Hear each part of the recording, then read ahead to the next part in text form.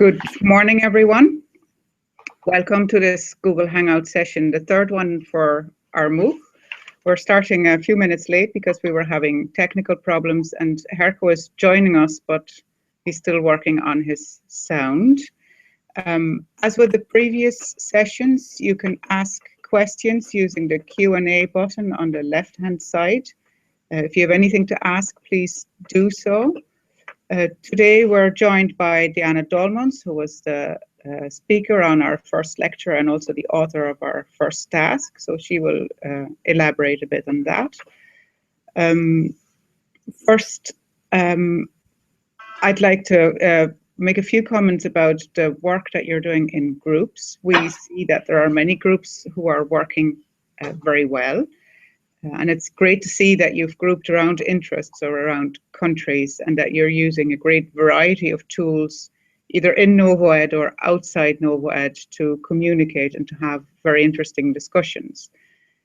If you have a group that works well and you're happy with your group, then please feel free to refuse others who might like to join at this late stage. If your group is working well, it's probably a good idea to go on working with that group. We would expect a group of between 4 and 8 people to work well, if you're 4 to 8 people actively working. But maybe you're very happy with only 3 or with 12 or 15. That's perfectly fine too. It's also possible, though, that your group isn't working well, that you feel you're on your own or there's too few of you, and then it is probably a good idea to try to merge with other small groups or to try to join a different group. If you're in that position, there are different ways that you can look for another group. You can go and search on the Teams page under Community to find a team working in your track. You can also go to the students page and search students with similar backgrounds or similar interests and see what group they're in. And you can either contact a team or you could contact a specific person to ask if they're looking for people. Another possibility is to use the discussion forum of your track to make known that you're either looking for a group or that your group is looking for new members. So that's what I wanted to briefly talk about regarding the group work. Herco is going to try to say something about the team charters, but we'll postpone that until his sound works. And with me here beside me is Diana Dolmans, who is going to talk a little bit about the first task and the topics in her lecture. Okay, welcome everyone. I was really impressed by all the questions that were raised by the first problem. It's really good to see that this first problem, which is of course quite broad, raises many questions. The main aims of the first problem were to give an overall impression of the main elements of PBL and the underlying learning principles. And I could see that people really discussed about these elements. Many questions were also raised about specific aspects or all these elements within PBL, such as how to design a PBL problem that is effective. Some people were curious about what it is to be a tutor in a PBL sessions, or questions about assessment or implementation. And these questions are really great questions, but my tip is that within the next 3 tracks, these issues will be dealt with more in depth. So perhaps, what I search for the questions that are closely related to the issues discussed in the first PBL problem, related to the underlying principles and the main features of PBL. And well, of course, I give you a chance to ask questions yourself, but perhaps I should start with one question that was raised several times by people who said, well, if we take a look at PBL, and yes, it's now clear to me, PBL fits well with current learning principles, like students being actively involved, students be encouraged towards self-directed learning and for their future profession. So contextual learning is important, and we make students collaborate in groups. But again, some people raise the question, okay, but these principles are basically principles underlying many student-centered learning environments. And what's the difference between PBL and all the other learning environments? And I think it's important that we discuss a little bit about this issue. Well, what, at least when you take a look in the literature and how PBL is defined, the main important elements of it are four ones. First of all, students work in small groups. The second main element is a teacher who facilitates the small group learning. The third element is the problem, which is discussed in the group. And an important fourth element is that there is quite a big amount of time spent on self-study. And when I define a PBL curriculum, it should fit with these four learning principles, which does mean, for example, that a curriculum that is lecture-based and in which students' main learning activities are mainly related to the lectures given, is called a lecture-based curriculum. Within a PBL curriculum, the main learning activity should be organized around the problems and what's happening in the tutorial group. Yes. This doesn't mean that it's not allowed to have some lectures in a PBL curriculum, but the core element of a PBL curriculum are these activities taking place in the small group. And all the other elements, like a lecture or a skills training, are added to it. But the wheel, the center, is the PBL tutorial group. And this also implies that there is quite some time spent on self-study, because students have to prepare for the discussions in the group, and students have to prepare as well for the reporting in the group after they have had time for self-study. Does this mean that PBL is the only solution? No, of course not. PBL is only one example of a student-centered curriculum. There are various approaches towards a student-centered curriculum. And a student-centered curriculum that fits well with these learning principles is also well aligned with current insights on human learning. And what we also see nowadays, and I think it was also emphasized in the lecture given by Danielle, is that it's crucial that we also have some variations in PBL. You probably saw the first video, or it was more kind of animation about PBL. And yes, we have this rhythm of, people discussing a problem in the group first, raising learning issues or questions that need to be answered, self-study, going back to the group, reporting in their own words what they learned. And this is the basic structure, of course, of PBL, but it's also crucial that you have some variations in it. And especially when students continue later on, it's good, for example, to have also some projects in it. Sometimes the groups may split up in smaller teams. So within Maastricht University, we are also trying to continuously improve and innovate the curriculum. So often it's a gray area to define what is a PBL curriculum and what not. But I hope that this clarification helps a little bit, that at least what happens in the tutorial sessions and discussion around the PBL problems is the essential ingredient of the PBL curriculum, and not the lectures, although lectures and other activities can well be included in a PBL curriculum. Well, then maybe another second issue that I would like to address, and then I am curious about your questions. Some people said, okay, now I've read something about these main principles. I have read something about what the main elements are and what the learning principles are.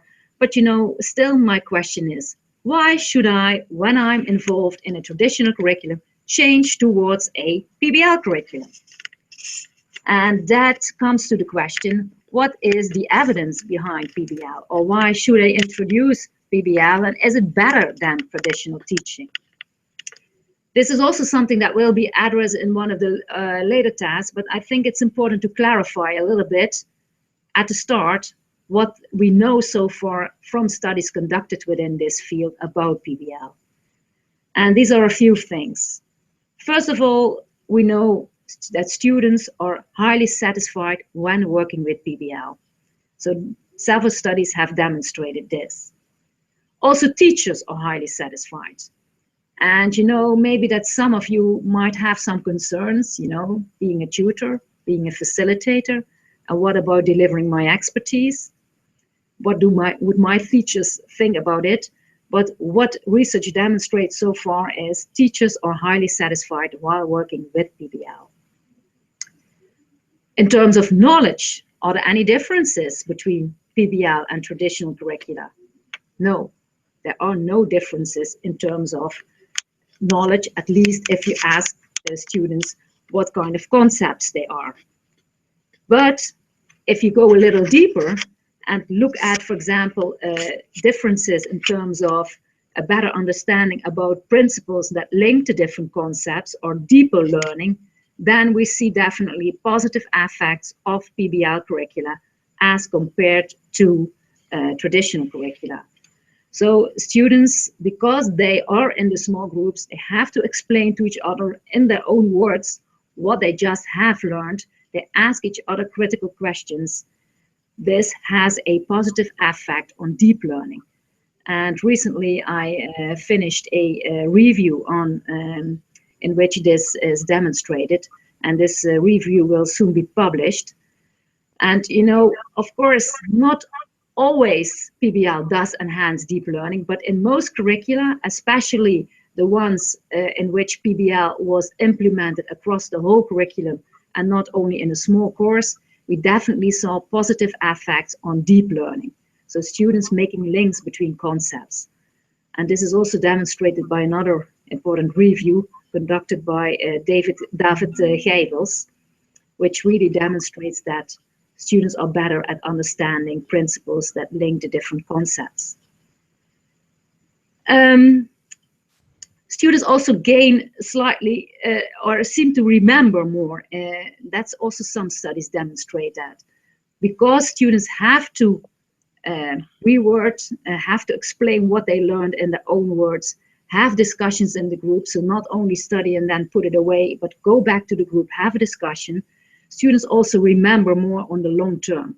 And of course, this is a very important finding as well.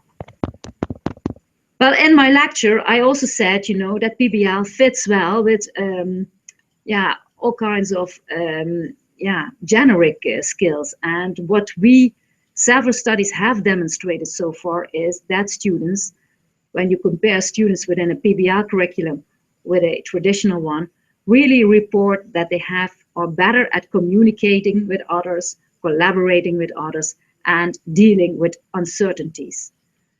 And these are findings from studies in which they ask graduates to look back, both graduates from traditional curricula and graduates from PBL curricula. So you could perhaps say, well, these are all self-perceptions. And yes, that's true.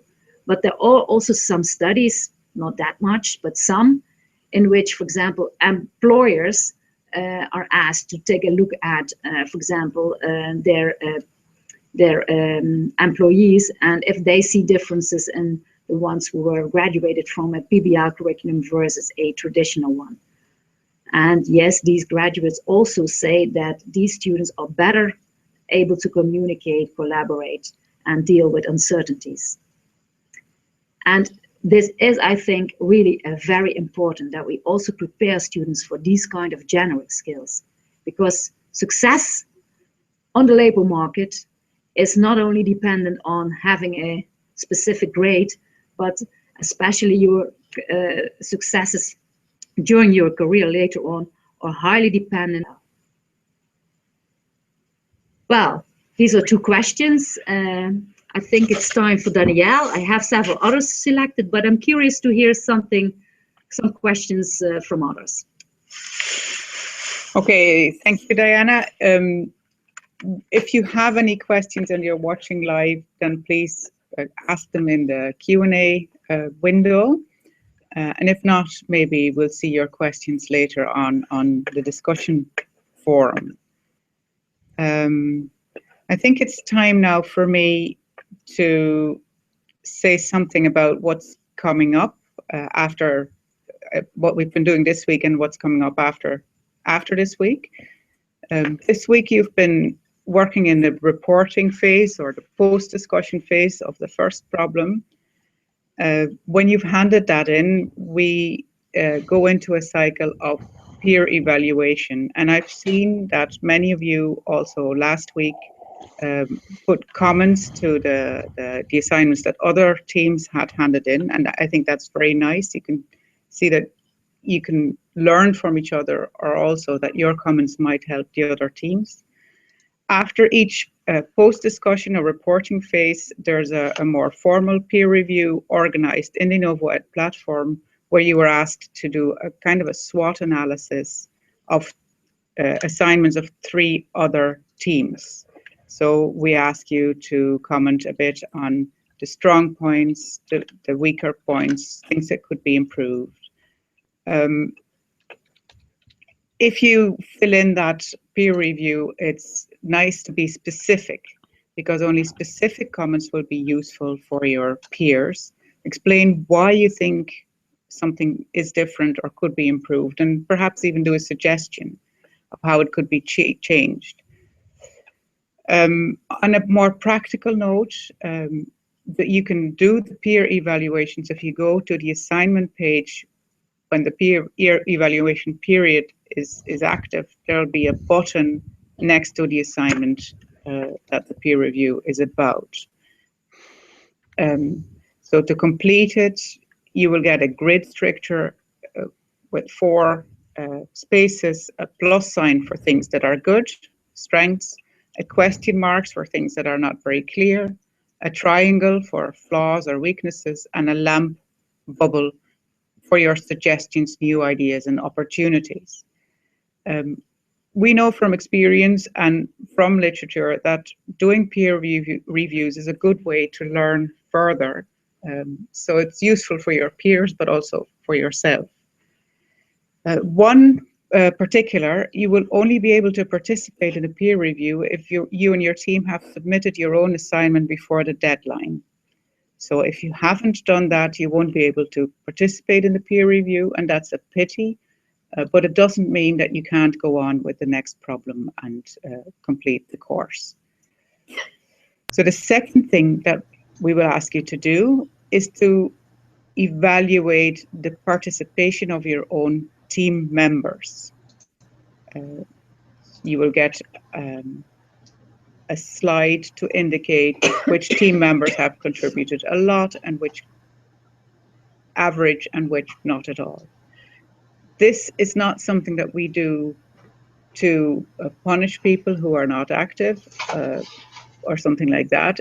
We're mainly doing this to try to keep an eye on teams that are really too small to be productive. In the weekly summary, we'll post more specific information and also a link to where you can find more information on peer review in NovoEd. Now I'm going to have a look at what else I had to say.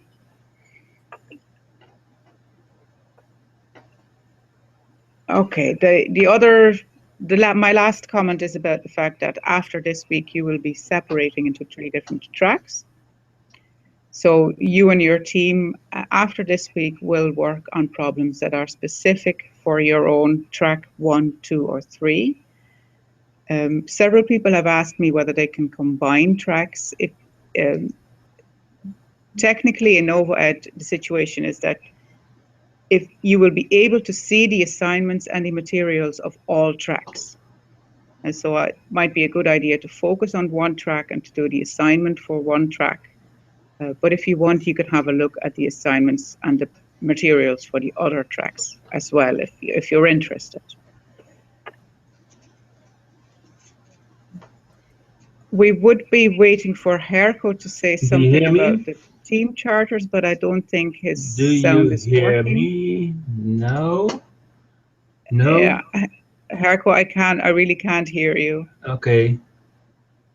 So maybe we'll have to postpone that to next week.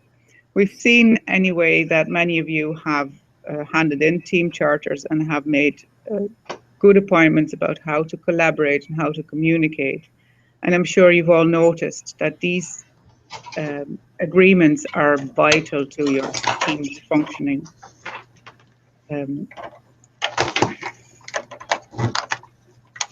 Finally, we have some input from Amber Daly, who unfortunately couldn't be here because of the time zone differences. And Amber this week has been Okay. looking for us at the discussions and the things that were happening into the Yeah. discussions. So she also noticed that there's a lot So of discussion going on about many different topics, some of which will be addressed later on in specific tracks. So if you're in track 3, you will be learning more and discussing more about assessment in PBL and about implementation of PBL. And if you're in track 2, you will okay. be working on designing PBL problems and courses. If you're in track 1, you will be looking into the role of the tutor more specifically. Hello. We also saw in the discussions that there were a lot of comparisons between problem-based learning and other learning models, traditional learning, but also team-based learning, project-based learning. And as Diana explained just before, many of those models also fit our insights in human learning. There are differences. Hello. There's also overlap. Difference isn't always very clear.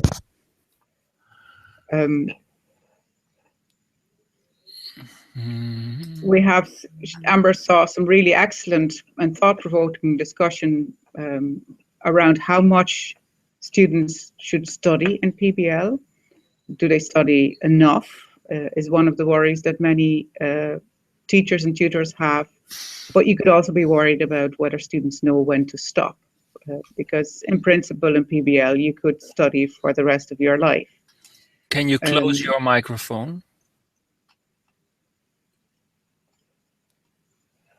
So I'm just looking at Amber's other suggestions.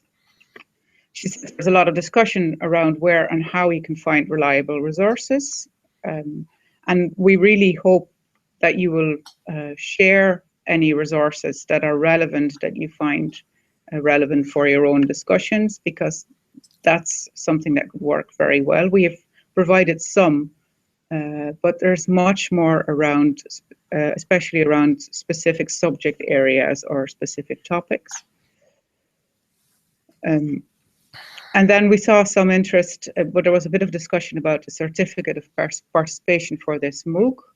So I'd like to clarify that what we will do at the end of this MOOC is provide a certificate of participation that will say that you've completed this MOOC if you have finished all the 4 problems. If you have been evaluated, if your contribution has been evaluated by your team members as being not insufficient at least, and if you have filled in our final questionnaire. Somebody asked specifically whether we could put the number of hours on a certificate. I'm going to look into that, and we'll make sure that either the number of hours or the number of ECTS equivalents will be on the certificate.